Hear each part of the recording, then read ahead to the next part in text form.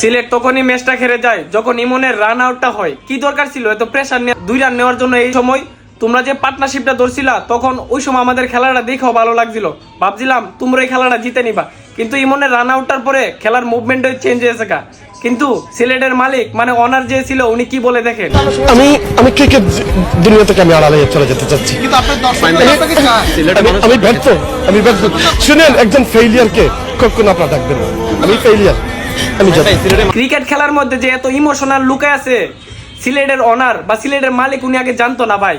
Cricket খেলা খুব একটা ইমোশনাল খেলা, যেটা আমাদের বাঙালি এতদিন আমাদেরকে দিয়াইছে, বুঝেন? মানে ওরা তো খেলে, ওদের ভিতরে এতটুক খারাপ কাজ করে না যতটুক আমাদের কাজ করে।